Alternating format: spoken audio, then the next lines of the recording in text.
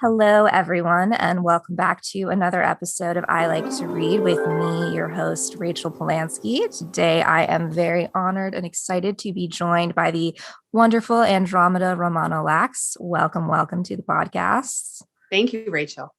So if you want to give our listeners and viewers just a little bit of background, for those who have listened to the podcast before, they may recognize your name as I have reviewed two of your books, Annie and the Wolves and Plum Rains. But if you want to give us a little bit more of your background, and then we'll dive in from there.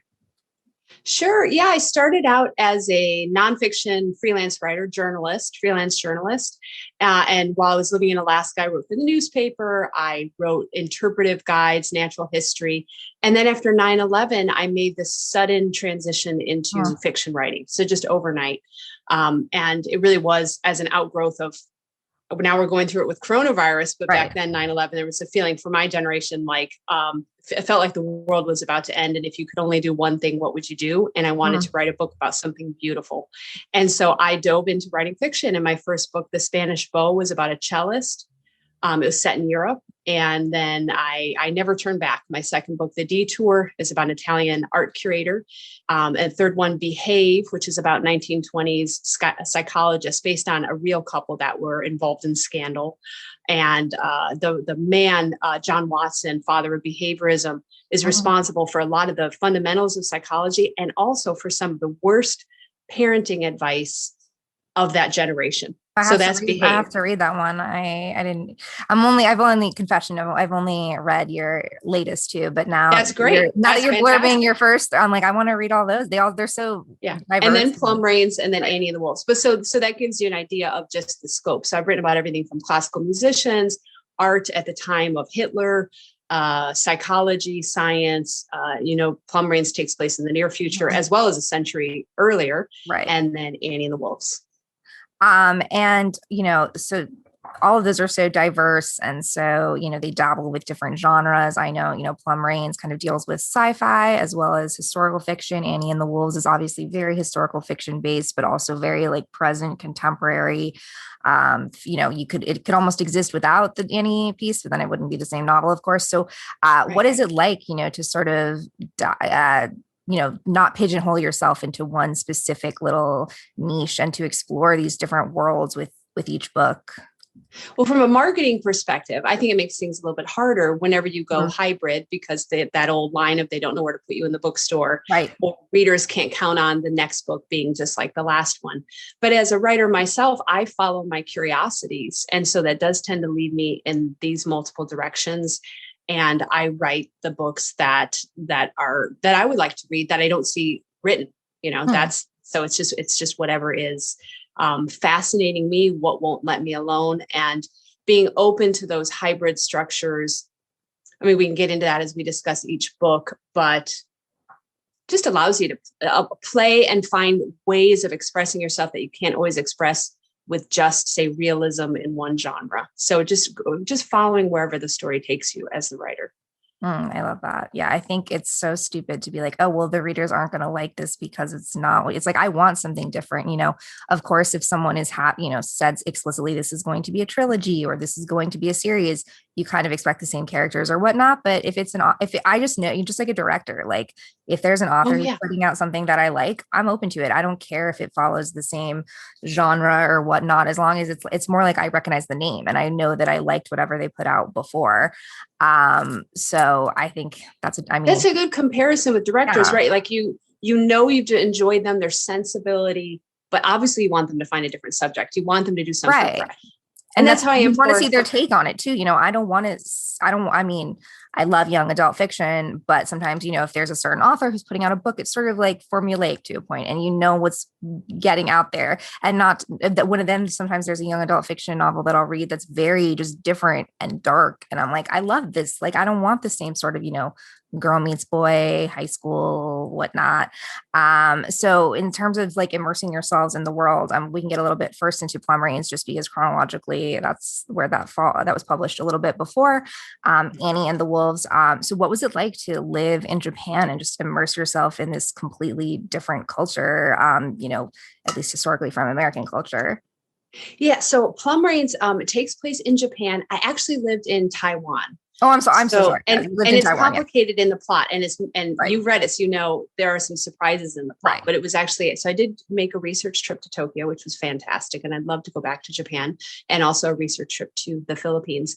But my family and I were living in a small village in the mountains of Taiwan. So not like Taipei skyscrapers. It was a very small village with a large indigenous population. So that mixture of Chinese and indigenous culture, which is fascinating. And that's where the historical piece of the novel is set. It was based very much on the village where we were living. And we were actually in a school. So my husband got a 6-month teaching contract, and we said yes to that assignment because we wanted to be in Taiwan. I knew I was looking for a place to set this novel. Okay, so you And already had the sort of the frame of the novel, and then you just weren't sure where to put it, and then it worked out with where your husband ended up. exactly. And actually, I'd had the idea for years, and I knew that it was going to involve, and this helps explain the book a little bit too. I knew it was going to involve an AI, a robot, in a friendship, perhaps even more than a friendship, in a very intimate relationship with an older Japanese woman. I knew that from the very beginning. And then I knew that there were some other pieces. I knew it had to be more complicated. I knew there was going to be another storyline, and I didn't know where it should be set. So even though I knew the woman was Japanese, because I knew that would be a place where technology would be picked up on more quickly, I just had a sense that there was a bigger story here that had something to do with colonialism, some that would say something about that part of the world. And so I really was waiting to find the right setting for it. And so we lived in Alaska 20 years, and then we sold our house and went on this trip to Southeast Asia with my husband, getting a teaching short-term, like a TEFL certificate. And then he was applying for jobs in that whole area. And I knew from the beginning that I was basically, what do you call it in film? Location hunting. Yes, location scouting. Yeah. Location scouting. That's what I was doing. And we're not city people. So it can be hard to get those teaching jobs and not end up in a big, gritty city. And so when we saw this job that was going to be set in this little village surrounded by bamboo forests, and we read there were, waterfalls, and then I started reading about the history of the area, and I thought this is rich for the world that I'm looking for, with some of the complications I was looking for. That's awesome. I feel like, it's always whenever someone just explores this different world in writing. Of course, you don't have to have lived there. That's the beauty of fiction. But knowing that you lived there was just like really enriches the text and adds this additional layer. And we mentioned briefly, so there is an AI element. There is a robot character who is, starts out as designed as a friendship companion, and then with our older woman Sayoko, develops into a more complicated friendship. And I think that is sort of where we get our boundaries starting to blur. It's not the traditional, like I love the movie Ex Machina. That's definitely a very, sci-fi based AI exploration. I think this is much more of a using AI to explore the human condition and what makes a strong relationship. And then also like how we can, develop our past traumas. That becomes a whole storyline as well, which I found very interesting with the AI component. So what do you kind of see? It takes place, 8 years from now. It takes place in 2029. So that's not too far off in the future. Like, do you basically, long-winded way of saying, do you feel like this is where we are heading in terms of, the companionship between technology and humans? Do you feel like there is some sort of artificiality with that artificial intelligence that is lost? And then also, how did you kind of use that AI character as a foil to our Angelica character, who's also Sayoko's companion? Lots of questions. Okay, I think you've given me 3 or 4 questions. Give you 3 questions. Sorry, that was so. I'll just be silent and then let you. Do I think it's coming? Yes, I do think it's coming. In fact, that was one of the challenges of writing this book. Originally, I wanted it set in the 2030s, I think 2035 or something. And then everything I was inventing was just happening too quickly. So I would come up with an idea, and then I Google, and it would be already happening. And so then I kept moving it closer. And then, as you know, there's this tie to historical events happening a century earlier. And so I had to be careful about what are the limits of that. If there are people that were alive in both time periods, you can't have it beyond a certain number of years. But so even as I was writing it, it felt like the future kept coming at me, and that keeps happening. So the idea that we are now treating AI that we are talking to our devices. I mean, that was happening before the book even came out. That was the hard thing of getting ahead of that. People definitely use AI, not AI, but sex dolls, even if they don't have a robotic component, but the more robotic they are, the more people become convinced that they could be lifelong partners. People have already expressed a desire to marry. Have you seen Made for Love or read Alyssa Nutting's book? Have you? No. Really wonderful side plot about like a father who has a relationship with a sex doll, and also just really cool and highly recommend it. You should check it out. Oh, fantastic. Both the book and a TV show. The TV show just came out, and the book, Alyssa Nutting, she's a really great author. Okay. And yeah, her book came out a while ago, but highly recommend. Exactly. So, and one of the first books I ever read when I was planning this novel was called Sex and Love with Robots, complete nonfiction. Oh. And so I think it might date back to, I'm not sure the year, it could be 2005, could be 2003. This is quite a long time ago. Yeah. And so this book took a long time from the original idea, and then not working on it actively, but waiting for that setting. And in the meanwhile, those movies, including one you mentioned, came out. Ex Machina came out. I think the first one that came out was a movie called Frank and the Robot. Was that a cartoon, or there was? No.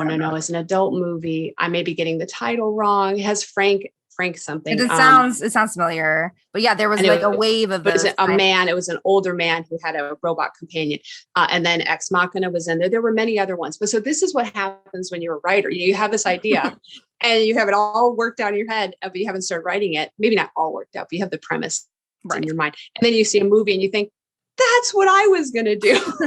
Oh, Her. The one, Her. Do you remember? The Joaquin Phoenix. Her came out. Right. So it was like book after movie after book. And yet I think there's still much more to be said about these AI relationships. So I know you talked about Clara and the Sun. So that happens when you have an idea. Suddenly you look out in the world, it feels like everyone is writing about this. All the movies are about this. But I think we're going to continue to see more looks at AI, especially I would say that most of the people who read Plum Rains don't consider themselves sci-fi readers. It's really literary fiction. They're reading it for the human story. Totally. It's just that future is becoming now. And so we're going to have there's AI and algorithms and all that actually affecting our human relationships. Right. And that's why I loved this book is I appreciate sci-fi. I definitely love it, but I don't think that I would say it has sci-fi elements, of course, but I think you're right. It's really a literary novel about the relationships between people. And then also I want to dive into Annie and the Wolves. But there's the underlying effects of trauma are very prevalent in both of these novels. And before we dive specifically into Annie and the Wolves, there's deep subjects and there's deep, there's abuse and there's sexual assault and there's, lots of different uncomfortable situations. And what is it like to write and immerse yourself? And you do a fantastic job of giving gravitas to these and sort of, remain unscathed. How do you walk that line? Well, so part of the inspiration for Annie and the Wolves was autobiographical questions. So yeah, so it wasn't. I have not experienced sexual assault, sexual abuse, but I have been open in interviews that both of my sisters were sexually abused by our father. And then I broke off contact with him when I was 14. And he was actually on his deathbed right around the time that I got the idea for this novel. So it was one of the inspirations for Annie and the Wolves, because we were contacted by family members saying, now would be the time to talk to your dad. And they had no idea what had gone on. And so that brought these conversations back up between my sisters and I, and then completely serendipity. So much of novel writing is serendipity. Right. So I was dealing with this family issue and the feeling that one of my sisters had, that I realized later that these were my feelings too, but I didn't know it at the time. You feel like we weren't sure that our dad deserved to die so peacefully. He'd done some really horrible things. He was actually quite a scheming predator. So that's a heavy subject. But so then that whole idea of a longing for revenge. Now, no one, my sister or myself, no one took revenge against my father. He died. He did die peacefully. But that sense of needing closure, needing a story to be heard, needing to be believed, all those things were welling up at that time. And then just serendipity, I happened to read a footnote about Annie Oakley, that when she was a child, she was sent away for 2 years to live with this farm family that abused her. And later on, she would only refer to them as the wolves. And so I'd never been interested in Annie Oakley before that time. I saw her in that cartoony way. I didn't understand who she was. I pictured Wild West. Turns out she's not from the West. She's from Ohio. But she was in the Buffaloes. She was in the Wild West show. So I was not interested in her until I knew that part. Then that deepened her for me. And I thought, okay, here's a woman who was basically held captive for 2 years by the wolves. And then later, who became this amazing performer and a really smart businesswoman, a really interesting woman, far more interesting than the cartoon idea we have of her. So that all came together. Idea of here's an angry woman back in the 1800s with a gun who's been abused. Here in my own family, now this question is coming up about abuse and the question of should someone confront our father? Even after that possibility what was no longer ours, we didn't have the chance of even deciding about confrontation because he died. Still, what does a desire for revenge do to a person? Is it healthy? Is it unhealthy? If you could actually confront someone now or in the past, if you could go back and change the past, should you? And that's where we get into the speculative fiction element with Annie's story. Right. So the time traveling component to it, is that sort of, your way of reckoning with that? If you could go, if you could go back and change one thing, would you? And also how it relates to trauma specifically, because I don't think we get a lot of, there's a lot of time traveling novels that are a lot more lighter, I think, or we don't really get the ones that really resonate in terms of that, the traumatic element. And like, if you could go back and change something, would you? And would you say that, Ruth is more of an autobiographical character for you than other characters because of your past stories? Does this feel like a little more sensitive to you? It is in a way, but I've also been more willing to talk about it. So often it can be considered rude or just off point to consider that something is autobiographical. But in this case, from the very beginning, when I handed in this novel, I said, I'm willing to talk about this. So of course, it's not completely autobiographical. Right. I am not Ruth. And in my other novels that I don't identify as autobiographical, of course, there are some similarities in terms of, how we create characters out of that combination of our own, our imagination, experience, connecting the dots with other things happening in our culture. But in this case, so I'm not Ruth.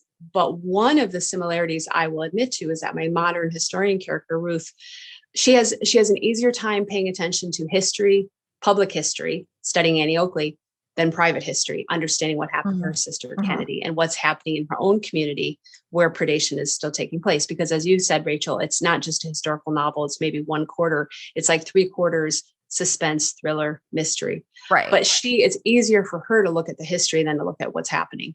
And I would say that was true for me too.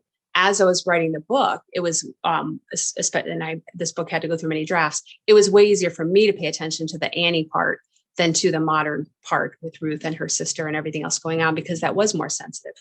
That's great. Thank you for sharing that. Yeah, I wouldn't have asked if it had been autobiographical if you hadn't shared that, because I think it's, I've learned, from you just learn with the more that you read that, of course, there's a little bit of something in every author, you're a person. So of course you're putting your personal experience, but it's also fiction. It's also a story. It's not even in a nonfiction or a memoir, you're also creating like a character and you're presenting the way that you want to put out your story, even if it's true. So I think that's a good question. Do you often get asked if you hadn't put that sort of, I want to talk about this and prefaced it, do you get I actually think people are really sensitive about it. I often feel like I have to volunteer it because people assume that maybe I wouldn't want to talk about it. And in fact, I do. There's almost a parallel between when we were talking about plum rains.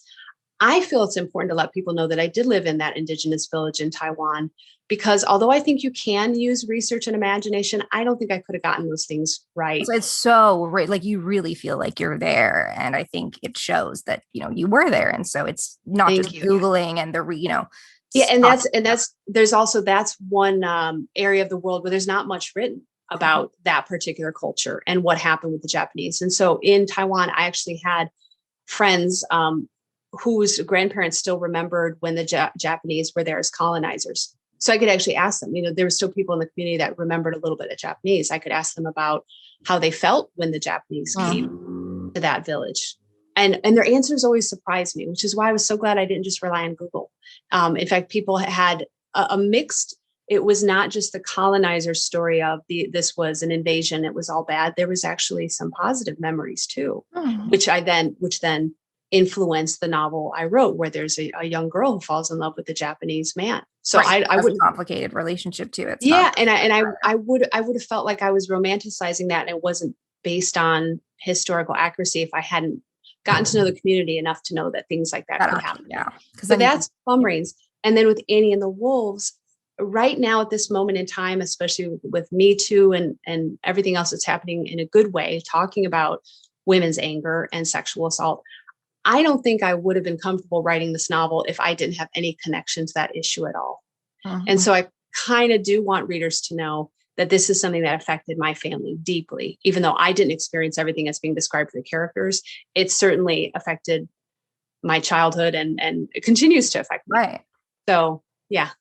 I think that's wonderful that you're able to share that, and that you're able to also, weave in this historical figure who, as you mentioned at the beginning, we sort of think of as this, what is it? The girl in Oklahoma based off of her, Kiss Me Kate, or that's different than Annie Oakley. I always thought she was like Annie Oakley-esque. She's like, I'm just a girl who can't say no. I always thought of her as like an Annie Oakley type, but it's Anything You Can Do, I Can Do Better. Is that the Annie Oakley song? Maybe. I think that one is. One is. Yeah. So you think of her as just like girlish, whimsy cartoon figure. And where did you read that footnote? Was it in just like an article, or where did you first? I don't remember. And this happens with a lot of my novels. That's totally valid. I think, should be more ready for that, because you always get that question as an author, where did the idea come from? No, I think that's fine. It's like creates this little bit of friction or stickiness or magnetism, and then other ideas start coming to it. So when that first one happens, I don't necessarily always totally know this is going to become a novel. Behave was different. That's the novel about the 1920s psychologist. And I was actually at a party talking with a psychology textbook editor. Oh. And we were both sharing, this is like my indignation story, how indignation can be good for writing, because we were both really irritated about things that we were experiencing that week. So I was upset about this creative nonfiction scandal that was going on, not a scandal, but just creative nonfiction argument about somebody making up things beyond a level, a point that I was comfortable with. And she was talking about these horrible experiments that were done on babies by John Watson, the father of behaviorism. So as soon as she told me that, then I thought, well, she told me that he was being helped by this young graduate student named Rosalie Rayner Watson, or Rayner at that time. She went on to marry him. That Rosalie and John are the couple I end up writing about. But the point is, hearing someone else get worked up about this, and then I started getting both worked up and then curious. And I went home that night and started Googling. And within 2 hours, I knew that was my next novel, because I saw the images and I thought, this is by our modern standards, what looks like a very upsetting experiment. What I wanted to understand is this young woman who's just graduated Vassar and come on board to help. What did she think? Right. And then finding out that she became a mother just a little bit later. Who was this woman? And then finding out that she supported him, was responsible for some of the research, also helped him write his best-selling parenting guide. But she was completely written out of the historical record. She died very young, a little bit mysteriously. Oh, wow. And he burned all of her papers. Oh. So that's all I need. Within a couple hours of feeling indignation, turn to curiosity, turn to, I guess it's indignation again. How could this woman have been erased? She was at this important historical point in the development of psychology. Why can't we find her in the record? So that was a really fun one to write. But so sometimes the idea will take years to fully develop, and sometimes it takes a couple hours. Well, I'm like, all right, as soon as we're done, I'm going to put that on my to be read list. I guess the other one book. I was a psychology and double major. So it kind of, I love pop culture, but I also love, the psychology and the meat behind the stories. So I think that'll be, and I know a little bit about like some things you were saying sounded vaguely familiar, but I haven't done much with that psychology degree in a while. So it'll be interesting to like bring back the little things I sort of remember combined with like the things. And I'll throw in one other thing, because you're interested in all this pop culture stuff too. John Watson. So he ended up basically having to resign. He basically got fired because he was having this affair with Rosalie. And it was actually she was a student, right? She had graduated. She was his assistant, but he was married. It was Oh, scandal. okay. Got it. He had to So leave his position. She left her position and never worked again, which shows the difference, because then he went on, but he went on to be, he worked for an advertising firm. So he was one of the early Mad Men. We think of Mad wow, Men, like learning the psychology behind advertising. That's but crazy. he was way earlier, right? So he was actually the one who took these ideas from psychology and actually said, let's use fear and shame to sell products. Oh yeah, I'm so We need to excited. know about him. We really do need to know about him. Yeah, And we she do. had a dream of being in advertising too. And what happened? She went, this is again, the little tiny piece of the historical record I could find, like a letter where her saying, I think I have this job in advertising. No, she didn't get hired That's because crazy. her name was still attached to Scandal. His was, but that was no problem. He could hang I out with the mean, Mad is that any surprise to it? Avenue. Things haven't changed much in that sense. It's pretty crazy. There you go. And now, and Rachel, that leads me to why write historical fiction and all why I read it is partly to see that what has and hasn't changed and how things just keep going in cycles. And I find that fascinating. When she was in the, so this was, women had just gotten the right to vote. Women were working in advertising. There's another woman in Behave, a real person who had a PhD in psychology. Women seemed completely on the cusp of being like that they'd won it all, that there was nothing to fight about anymore. And then we get into the 20s and then we get into that kind of party culture and like, woo, the skirts get shorter. And then we hit the Depression and then things go backwards. And here, Rosalie Rayner Watson's stuck at home with the kids. So it's interesting how it's like you can almost get there and then you go back and we see this happening with all cultural issues. Yes. So many. Speaking of cyclical and, repeating itself, but what's coming next? Are you able to talk about what you're working on for the future?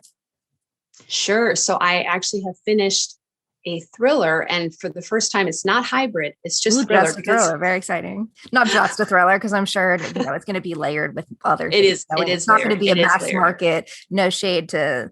I won't mention, certain authors, but I just see their name attached to something and maybe it's a cool story, but I'm like, I just can't imagine there's much depth to that story. Yeah, I do have some other themes and things I'm playing with in this book, but there's not like the historical thread of 100 years earlier. Right. So this one is a mother-daughter thriller set in Guatemala. It's a mother investigating the mysterious death of her daughter. And that's probably all I should say for now. Yes, but it was really fun to write. Did you go to Guatemala or do you have any background there? Yes. And I had actually gone to Guatemala before I had the idea. And then some disturbing things happened while I was there that actually led me to write the book. Yeah. So inspired by real events. Yes. As sometimes things are. And then can you talk about a little bit briefly before we wrap up, your nonprofit writers group? I'd love to just know a little bit more about that and a little bit more about what you do and dabble in when you're not writing your wonderful novels. Yeah. So I think 49 Writers is an Alaska nonprofit that I helped co-found with Deb Van Oss back in 2009. It actually started as a blog and then it became a statewide nonprofit. And I'm no longer part of it, except as I blog for them. I'll occasionally teach for them and I always support them. But I'm not like the executive director anymore. I did that briefly. But it was an organization that I co-founded. And then it just grew like crazy because Alaska has so many talented writers and lots of dedicated readers. And so classes, retreats, all that going on. And so now what I do, so now I live in British Columbia and one of my day jobs is I'm a book coach, which is something I absolutely love. Yeah. And I work with memoirists and novelists, mainly helping them with what we call developmental editing. So it's not the sentence by sentence, it's looking at the big picture issues. And I love that because writing is a lonely job. And so it's nice to have that interaction with someone else who's working on their craft. That's awesome. That's really cool. Do you do it just sort of like private consulting with individual people, or do you work with a different organization? No, just on my own. Because I used to be a MFA. I was a teacher at an MFA program. But I found that the type of experience you get when you have a mentor in an MFA program, I found I could actually just do that individually with clients. So yeah, be your own boss. Why not?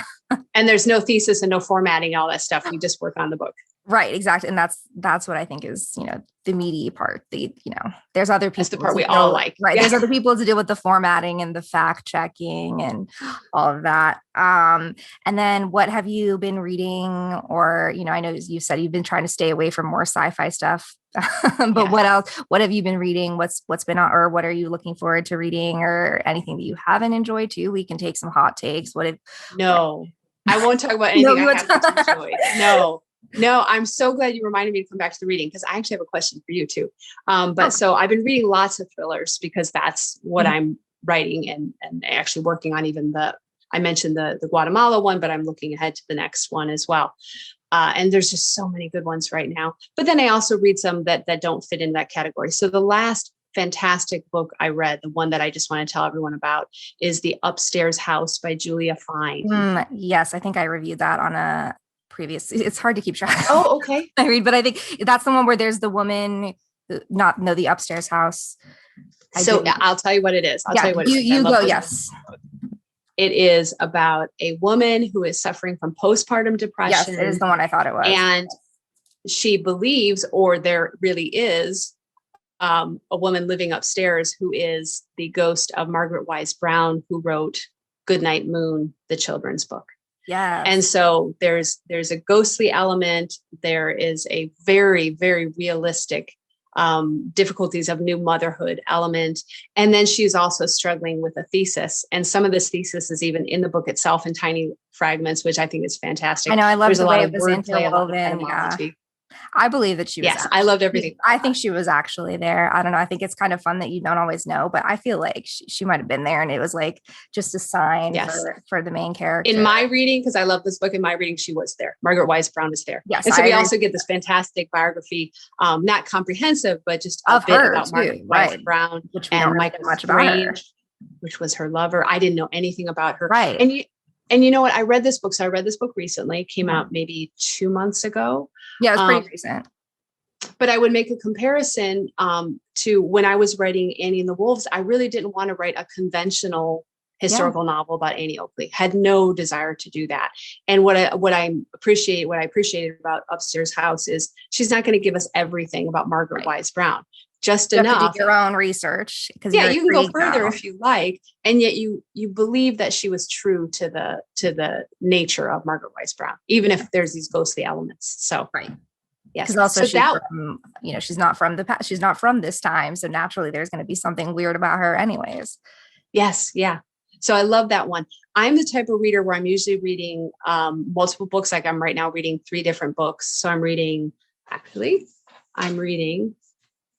I don't know if it'll be backwards, but Alona Bannister, When I Ran Away. I don't know if I've heard of that one. I'm enjoying that. I'm reading a book called Heart Radical, which is a nonfiction memoir by, I don't want to get the name wrong. And can you Google it for me? Yeah, Heart Radical. Yes. I'm not Radical Heart. I'm not seeing heart, unless it's one word. No, I'm not seeing anything called Heart Radical. Anne Leo Keller, I believe, is the name. And I'm also reading Bunny. I loved Bunny. I liked that one a lot. And that's, I believe, Mona Awad. Yes. I'm not finding Heart Radical and oh yeah. And Lou Keller. Yep. Heart Radical, A Search for Language, Love, and Belonging. There we go. And Lou Keller. Okay, so I did get it right. You did get it right. I don't know why Goodreads wasn't wanting to show it to me, but I found it. Yes. And I'm enjoying that one. It's set, the part that I'm reading is set in China, and I'm very eager to get to China, a place I have not been. And I've been studying Chinese every day, Mandarin. Oh, wow. And so this book is a real pleasure for me. How many languages can you speak? One. Are you like I'm joking, because sometimes I feel like I'm not that fluent in English. I have tested out as maximum proficiency in Spanish as well, but it's gotten rusty. And I've been studying bits of Mandarin, it seems like forever, and that will be a lifelong challenge. So I would never even, I aspire to being at the beginner level, but I love the characters. I love writing the Mandarin characters. That's my favorite part. Right. Because it's like, it's not just, the same alphabet either. It's a whole different. No, it's a whole different thing. And a little bit of Italian. I did a research trip to Italy because I thought I was studying a thriller there. So I did a little bit of Italian study. So very cool. I just love studying languages. Yeah, I was going to say, usually, I can speak a little bit of Italian. I took 2 semesters in college, but they had us learn the whole language in 1 year. So it's almost like, I learned so much, but then I didn't practice it. And so it's kind of just all like out the other end. Yeah, you got to use it. And then I lose it when I haven't been using it. But here's a question I wanted to ask you, Rachel. Okay, because my reading has picked up. So first we had early COVID, couldn't concentrate at all. And then now in the last couple of months, I think I'm reading maybe double what I used to read. But I feel like my lists are just getting longer and longer. I'm subscribing to newsletters. I'm listening to podcasts. The list is just like an avalanche of things I want to read. How do you read as much as you do? And have you ever told us this on your your podcast? I've talked about it a little bit. I think one thing is I just happen to read really fast. I'm lucky. I think I read like 5 times the speed. They tested me when I was young. So they like wanted me to skip a grade because I was like reading at really advanced levels. However, the downside is I can't do, like simple math is like, so, I'm high in one thing and low in the other. I'm also just like, I've always made time for it, I think is the other thing too, is, I do work full time. I work 40 hours a week. Now that I'm working from home though, sometimes that means, in between meetings, I'll have half an hour I'm very good at like prioritizing. So, obviously I'll do my chores first too, but if I have a spare 15 minutes, I will pick up my Kindle or pick up that book. And then I live with my boyfriend. So sometimes we'll spend our nights together, but very often he'll just want a game with his friends and I will just be totally fine reading and I think it's just like, I view it as much of a activity or thing that's essential to me, almost like eating. Like, that sounds crazy, but like, no, that's a good comparison. Like there's no question you do it every day. I feel weird if I go like I don't have to read a book every day. That's usually just the days where I don't. Like I could read did I read a whole book yesterday? I think I might have read almost a whole book yesterday. And then today, I guess I got to go do a couple errands. We have this, but then I'll spend some time reading. I just like make time for it. I don't have kids, which I think is a big how I have time for it too. I have the ability to put myself first. And for me, reading has always been one of those top things I will put first. Even I remember in high school or middle school or whatever, if you finished a test early, you were able to read. And so I would always just want to finish my test early and pull out my book or whenever we had a free minute to read. And sometimes the teachers would like get mad about it. And I'm like, but it's better than being on like I would almost like read during class if I was bored. And they would be like, what are you like, put your book away. But I'm like, but I'm still trying to learn. This just isn't the kind of learning I want to do. I think also like when I was very young, my parents ingrained like going to the library in me. And I was just like always around books. Like there's videos of me like reading to my stuffed animals. And it's just always been part of my life. And I think because I'm able to read so quickly and still absorb it, it's something that comes naturally to me. I know for people who are slower readers or like don't have as much of the ability to focus on it, it can be more difficult. But I also say to those people that you just haven't found the right thing to read. And I think I've learned so much from it that I continue to learn and grow, and books have made me who I am. So that's great. But I have heard, so you're a fast reader. I'm not naturally. That's what that's the biggest thing. And if I love a book, I will start marking it up and then I get slower and slower. So, but you did say 2 important things, which is one, that idea of like taking chunks of time in the evening, instead of the movie, read for a long time. I plan nights. I'm like, I'm going to, okay. I tell him, I'm like, hey, I need 3 hours. I'm like, okay, you want to watch a movie? Okay, great. Give me a couple hours because I want to finish this part of the book. Like I prioritize my reading. Yes. Yeah.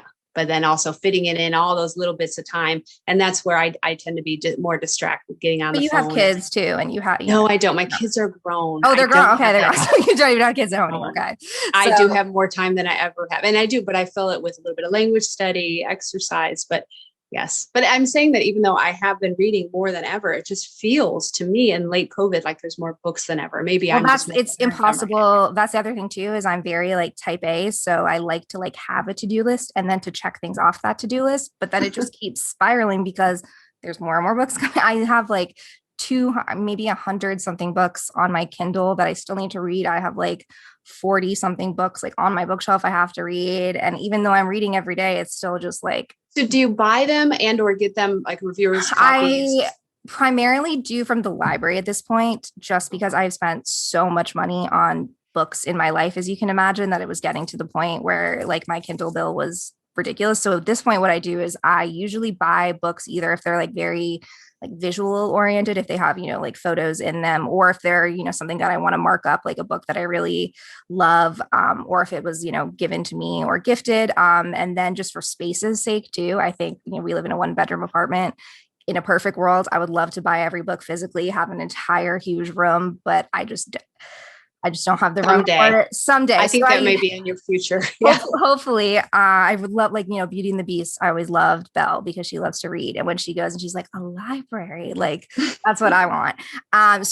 Or I'll buy them on Kindle if it's not available at the library. That's like, I'm going to buy your book right now after this. Like that one I'll buy on Kindle because I want to support. And then it's also like certain authors that I want to support, even though the library supports them. Of course, it's still like, yes. And I will say as an author, we appreciate library readings and library sales too. So I'm always recommending books to the library too, because I'm like, then I'll force them to buy the library's book. That's how I'm able to also get so many of these books early, is because I recommend them to the library as soon as I see them, coming in summer or whatever. And then 3 months out, I'll recommend it. And then I'll be like, exactly. People able that's to what we need readers That's a pro tip. So everything from pre-orders are so pre-orders are big. Yes. But if you can't do that, ask your library. Do you have a specific place you want people to buy your books from? Do you have like a specific bookseller or site? Well, since I'm in Canada, so I'm actually today, I'm actually wearing a t-shirt for Tidal Wave Books in Alaska, but you can't see it. Cool. I can link that. Do you want me to link them below? Awesome. Is that your local? This is isn't this silly, but since yesterday was Independent Bookstore Day. Yeah, I know. I love allowing me to show off this one. Yes, please. T-shirt now. Okay. So Tidal Wave Books in Alaska is one of my favorite places. Cool. But I now live in British Columbia. For US book buyers, almost everyone has their local independent. Right. But I love bookshop.org as well. Okay. They actually help support independence. And they do great things. So will you send me an email with the link? Do you have like the links for those, or do you want me just to find them, or what's best for you?